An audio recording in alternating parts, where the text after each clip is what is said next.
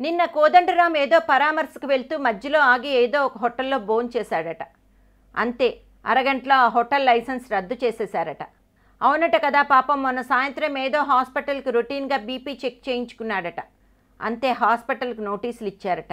ఇదిగో నిన్న సాయంత్రం అంతా పెద్దపల్లి కలెక్టర్ అలుగు వర్షిణి బదిలీకి సంబంధించిన సోషల్ మీడియా వార్తలు ఈ స్థాయిలోనే ఉన్నాయి. ఆమె కోదండరాంను కలవడానికి అపాయింట్మెంట్ ఇచ్చింది, అంతే కేసీఆర్ కోపం వచ్చింది. గంటలో బదిలీ ఆర్డర్ చేతిలో పెట్టించాడు అనే విశ్లేషణలే అధికంగా కనిపించాయి. అఫ్కోర్స్ టీవీ మీడియాకు అంత సీన్ లేదని తెలుసు కదా. నిజంగా ఒక కలెక్టర్ ఒక పౌర సమాజ ప్రతినిధితో కలిస్తే మాట్లాడితే ప్రభుత్వం సహించలేదా? అపాయింట్మెంట్ ఇచ్చిన అరగంటల బదిలీ చేసేసి రాత్రికి రాత్రి అక్కడి నుండి పంపించేస్తుందా?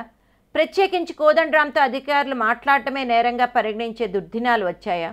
కోదండరాంపై కేసీఆర్కు మండిపోతున్న మాట వాస్తవమే కావచ్చు, కానీ ఇక్కడ ఇంకో కోణంలో కాస్త విశ్లేషించుకోవాల్సి ఉంది. అంతర్గాం దగ్గర గోలీవాడలో సుందిళ్ల పంప్ హౌస్ పనులపై గొడవ జరుగుతున్నది.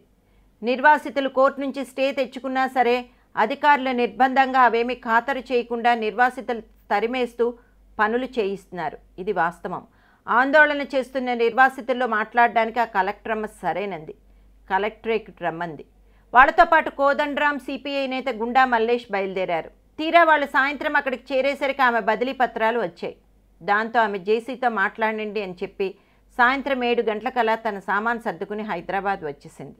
దీంతో ఈ ప్రచారం స్టార్ట్ అయినట్టుంది. కోదండరాంకి అపాయింట్మెంట్ ఇవ్వడం ఇష్టం లేక మిగతా కలెక్టర్లకు ఒక సంకేతంలా ఉండేందుకు కేసీఆర్ ఇలా బదిలీ చేశాడని, అందుకే ఆమె అప్పటికప్పుడు జేసీకి ఛార్జ్ ఇచ్చేసి వెళ్ళిపోయిందని, కానీ అపాయింట్మెంట్ ఇవ్వడం, అది హైదరాబాద్ దాకా సమాచారం వెళ్లడం, కేసీఆర్కు తెలియడం, వెంటనే బదిలీ ఆర్డర్స్ పంపడం, గంట అరగంటలో ఇవన్నీ జరగడం అనేది నమ్మశక్యంగా లేదు.